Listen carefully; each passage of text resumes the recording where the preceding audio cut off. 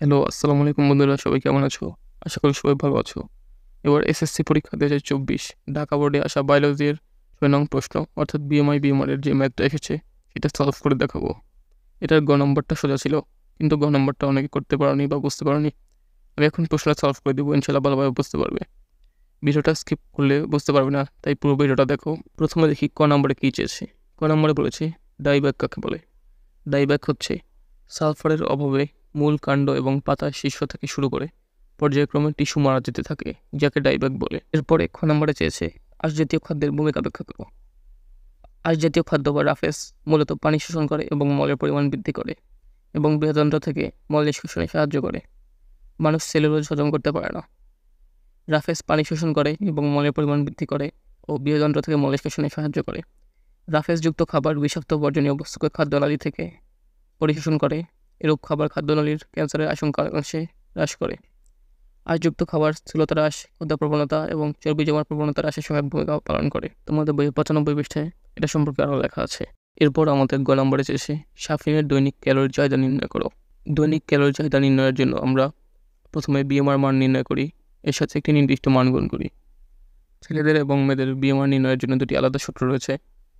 এই সূত্র থেকে আমরা প্রথমে BMR নির্ণয় করব, এরপর একটি নির্দিষ্ট মান গুণ করব।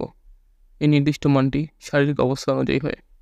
পরিশ্রমী না হলে একরকম মান, হালকা পরিশ্রমী হলে আরেক রকম।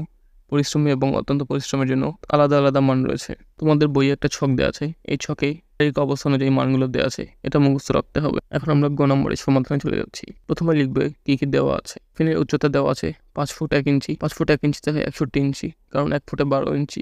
61 ইঞ্চিকে সেন্টিমিটারে কনভার্ট করলে হয় 154.94 সেন্টিমিটার বা 155 সেন্টিমিটার প্রায়। সাফিনের ওজন দেওয়া আছে 80 কেজি, বয়স 16 বছর। এবার সাফিনের BMR নির্ণয় করতে হবে। সাফিন যেহেতু ছেলে, তাই এই সূত্রটি ব্যবহার করতে হবে। ওজন, উচ্চতা এবং বয়সের জায়গায় আমরা মানগুলো বসিয়ে দিই, তাহলে ক্যালকুলেশন করলে 1830.8 ক্যালোরি আসে।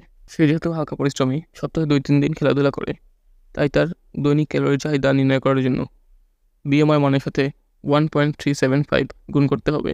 গুণ করার পর আসে 2587.35 কিলো ক্যালোরি। এটি উত্তর। সাফিনের দৈনিক ক্যালোরি চাহিদা 2587.35 কিলো ক্যালোরি। এই ভিডিওটি এখন যেটা তোমরা দেখছো, তোমরা নিশ্চয়ই SSC 2025 ব্যাচের। তোমরা অবশ্যই আমার চ্যানেলটা সাবস্ক্রাইব করবে, কারণ এখন থেকে SSC 2025 ব্যাচের জন্য আমি নিয়মিত সব সাবজেক্টে ভিডিও আপলোড করব। আর অনেক সহজে শর্ট টিপস শিখে দিব।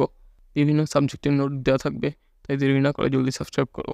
ভিডিওটি ভালো লাগলে লাইক করে দিও। এখন আমরা গ নম্বরের সমাধানে যাব। গ নম্বর প্রশ্ন বলেছে স্বাস্থ্য রক্ষায় আদর্শ BMI এর গড় মানের ক্ষেত্রে সাফিনের ওজন কত কমানো উচিত। আদর্শ BMI মান কত? 18.5 থেকে 24.9। এর গড় হচ্ছে গিয়ে এই দুটো যোগ করার পর 2 দিয়ে ভাগ করলে যে মানটি আসবে সেটি এটির গড় মান।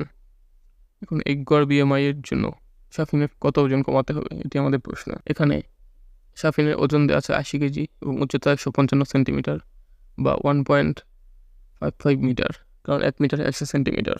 আমরা জানি আদর্শ BMI মান 18.5 থেকে 24.9।